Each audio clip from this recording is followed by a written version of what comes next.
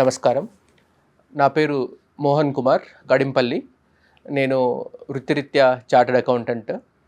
ఆహ్, అర్థధర్మ financial literacy foundation ఆర్థిక అక్షరాస్యత గురించి పనిచేస్తుంది. దాని ఫౌండర్ నేను. దానికి సంబంధించి ఆర్థిక అక్షరాస్యతలో భాగంగా మనము చిన్నప్పుడు చందమామ కథల్లో ఒక పేదవాడు ధనవంతుడిగా ఎలా అయ్యాడు అన్న కథలు చాలా వరకు చదువుకొని ఉంటాము. అయితే ఈ వస్తున్న వర్తమాన పరిస్థితులలో ఒక పేదవాడు ధనవంతుడిగా ఎలా అయ్యాడు, ఆ ధనవంతుడు మళ్ళీ పేదవాడిగా ఎలా అయ్యాడు అన్న ఒక కథను మీకు చెప్తాను. సుశీల్ కుమార్ అనే ఒక బీహార్లో ఒక కుగ్రామానికి చెందిన ఒక వ్యక్తి అక్కడ ఎన్ఆర్ఈజీఎస్ అంటే మన ఉపాధి హామీ పథకం కింద ఒక కంప్యూటర్ ఆపరేటర్గా పనిచేస్తూ ఉండేవాడు.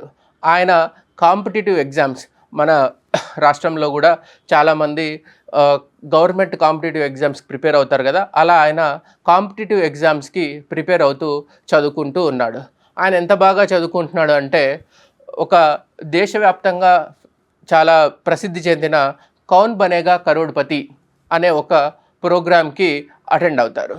ఆయన ఉన్న నాలెడ్జ్లో ఆయన ఏమనుకుంటాడంటే నేను కనీసము ఒక 20 లక్షల నుంచి 50 లక్షల రూపాయల వరకు వెళ్ళే క్వశ్చన్ వరకు వెళ్ళగలుగుతాను, దాని నుంచి నేను అంత అమౌంట్ సంపాదించుకునే అవకాశం ఉందని ఆయన అనుకుంటాడు. అయితే ఆయనకి అదృష్ట దేవతలు కలిసి వచ్చి ఆయన 5 కోట్ల క్వశ్చన్ వరకు వెళ్ళి మొట్టమొదటిసారిగా 5 కోట్ల రూపాయలు కౌన్ బనేగా కరోడ్పతిలో అమితాబ్ బచ్చన్ గారి చేతుల మీదుగా అందుకుంటాడు. ఇంతవరకు ఒక పేదవాడు రిచ్ ఎలా అయ్యాడు అన్నది చూసాం. ఒక్కసారి 5 కోట్ల రూపాయల డబ్బులు వచ్చాక మనందరం ఏమనుకుంటాం, ఆయన కుటుంబం పూర్తిగా సెటిల్ అయిపోతుంది, ఆయనకు ఆస్తుపాస్తులు వస్తాయి, ఆయన ఇంకా పేదరికం అనేది ఉండదు అని చెప్పి. సుశీల్ కుమార్ విషయంలో ఏం జరిగిందో మనం చూద్దాం. ఎప్పుడైతే 5 కోట్ల రూపాయలు వచ్చాయో, ఓకే 5 కోట్ల రూపాయలు రావు, మీకు తెలుసు కదా, గవర్నమెంట్ కూడా ట్యాక్స్ కట్టాలి. దాంట్లో టీడీఎస్ కింద ఆయనకి సుమారుగా 1 కోటి రూపాయలు వెళ్ళింది అనుకుంటే ఆయనకి రమారమి ఒక 4 కోట్ల రూపాయలు మిగులుతాయి.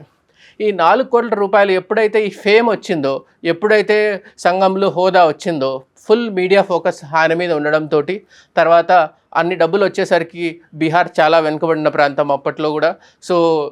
అక్కడ ఉండే వాళ్ళ బంధువులు, చుట్టాలు, దాని తర్వాత స్నేహితులు వాళ్ళంతా వచ్చి ఆయన దగ్గర నుంచి గుప్తంగా ఆయన దగ్గర నుంచి కొన్ని దానాలు తీసుకున్నారు.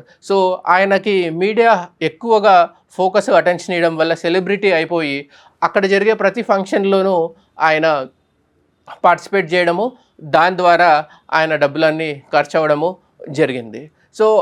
అట్లా ఆయన దానాలు చేసుకుంటూ తర్వాత తాగడము, తర్వాత ఇతర వ్యసనాలు కూడా అలవాటు అయిపోయి ఆ విధంగా ఆయన మొత్తము ఒకరోజు ఫేస్బుక్లో రీసెంట్గా ఆయన పోస్ట్ పెట్టాడు, ఆ 5 కోట్ల రూపాయలు నా దగ్గర అయిపోయినాయి, నేను 2 గేదెలు పెట్టుకొని పని చేసుకుంటా ఉన్నాను అని చెప్పి చెప్పడం జరిగింది. దీంట్లో మొత్తము ఆయన 5 కోట్ల రూపాయలు సంపాదించడము, దాని తర్వాత దాన్ని స్నేహితులను నమ్మి వ్యాపారం చేయాలని చెప్పి అక్కడ మోసపోవడము, తర్వాత ఎక్కువగా హంగులు ఆర్భాటాలు మెయింటైన్ చేయడము, ఇట్లాంటి విషయాల వల్ల ఆయన పూర్తిగా మళ్ళీ ఆయన సంపదనంతా కోల్పోయి ఇప్పుడు మళ్ళీ వృత్తిరీత్యా టీచర్గా పనిచేసుకుంటున్నాడు. ఆయన చదువుకున్నది ఎంఏ సైకాలజీ, తర్వాత బీఈడి.